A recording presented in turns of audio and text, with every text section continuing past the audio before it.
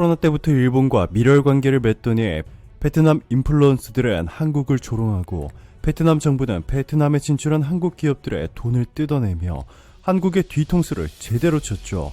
자, 그런데 베트남 정부는 아무런 사과나 해명도 없이 최근 또 한국의 삼성전자에 베트남 내 투자를 늘리라고 압박하고 있습니다. 형식적으로는 베트남 정부가 한국 기업에 투자를 요청하는 방식이지만 사실상 반강제라는 것이 전문가들의 공통된 의견입니다. 베트남에서 사업을 하는 외국 기업이 베트남 정부의 요구를 거절하게 되면 엄청난 불이익을 받게 되는 것은 현지 기업인이라면 누구나 알고 있는 사실입니다.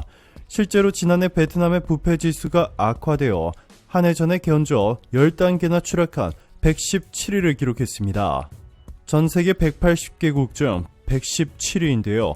한국이 33위, 일본이 73위를 기록한 것을 고려한다면 베트남이 얼마나 심각한 수준인지 감이 오실 겁니다. 일본보다 부패한 나라는 정말 심각한 수준인데 베트남은 일본보다 무려 40단계 이상 낮습니다.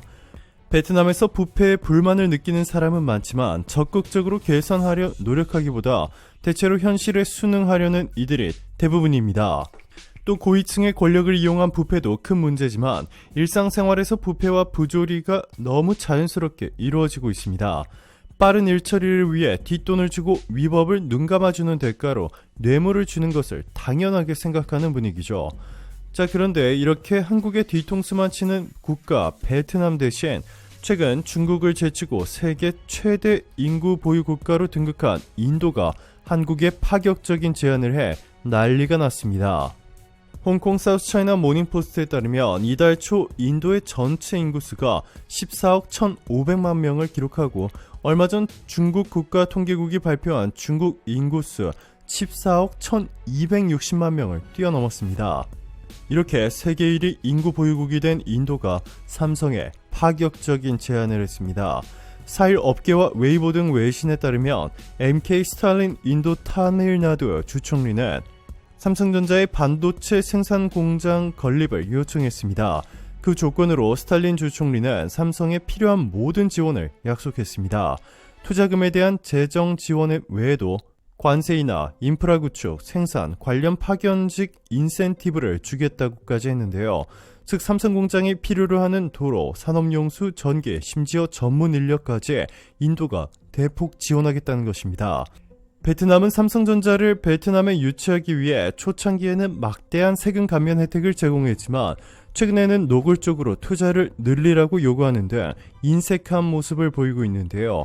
예상치 못한 인도의 파격적인 제안이 공개되면서 삼성을 비롯한 베트남에 진출한 한국 기업들이 완전히 철수를 선언하고 모든 공장을 인도로 옮길 수 있다고 전문가들은 말하고 있습니다. 한국이 코로나의 근원지라 외치는 베트남인들과는 달리 인도 국민들은 현재 그 어느 나라보다 뜨겁게 한류 열풍을 받아들이고 열광하고 있습니다. 영상 사이트에서는 한국 콘텐츠의 시청 횟수가 급상승하고 있으며 한국 화장품이나 식품에 흥미를 갖는 인도인도 증가하였습니다.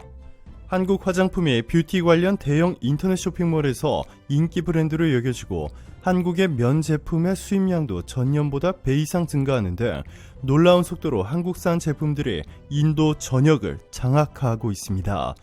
벵갈루루에서 거주하는 프라치 씨는 한류 콘텐츠에 대해서 시대극의 액션, 호러까지 모두 갖춰져 있습니다. 인도인이 공감할 수 있는 감정 표현이 다 담겨 있다 라고 말합니다.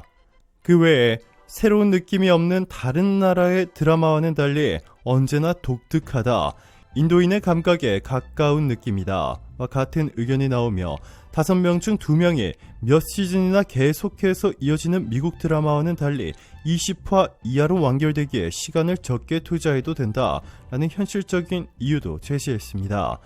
작년은 인도에서도 이태원 클라스, 사랑의 불시착과 같은 드라마가 유행했습니다. 영국 조사회사 유로모니터에 의하면 미국 OTT 플랫폼 넷플릭스의 인도에서의 작년 한국 콘텐츠 시청 횟수는 전년 대비 4.7배로 확대되었습니다.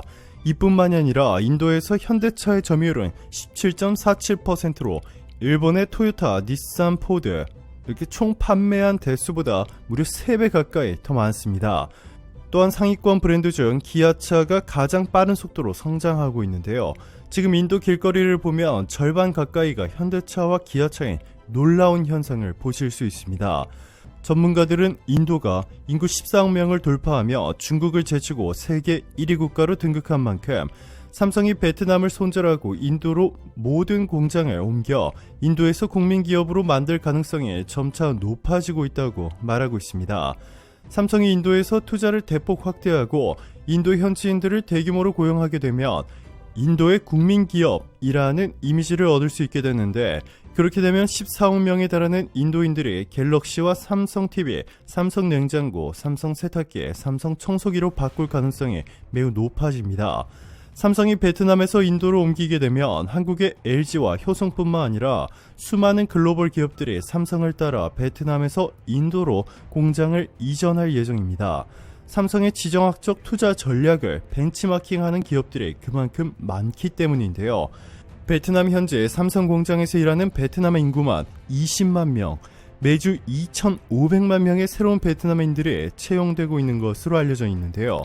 삼성이 완전 철수를 외치는 순간 이 수십만 명의 베트남인들이 한 번에 일자리를 잃게 될 뿐만 아니라 삼성 베트남 법인의 수많은 베트남 하청 기업들의 줄 도산은 확정적입니다.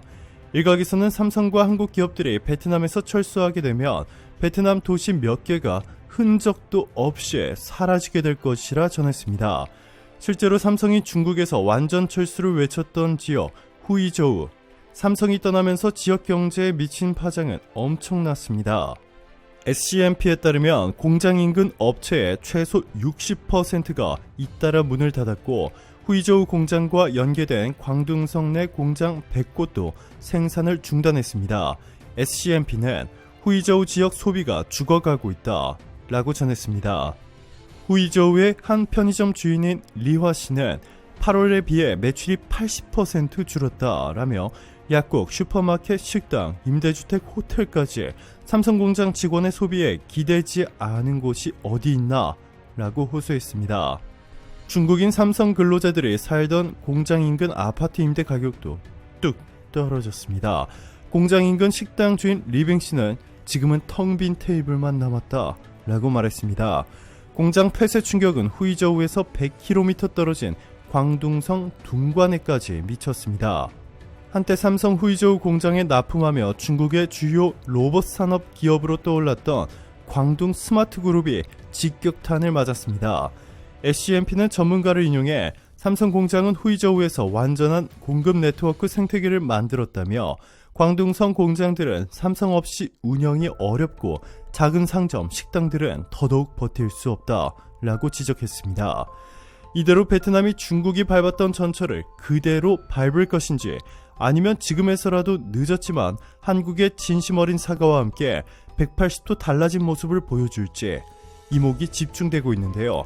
이미 14억 명으로 세계 최대 인구로 등극한 인도가 한국에 파격적인 제안을 해온 만큼 베트남이 한국 기업들을 잡으려면 이보다 훨씬 더 강력한 지원을 약속해야 할 것입니다. 오늘도 감사합니다. 최고로 멋진 하루 보내시길 바랄게요.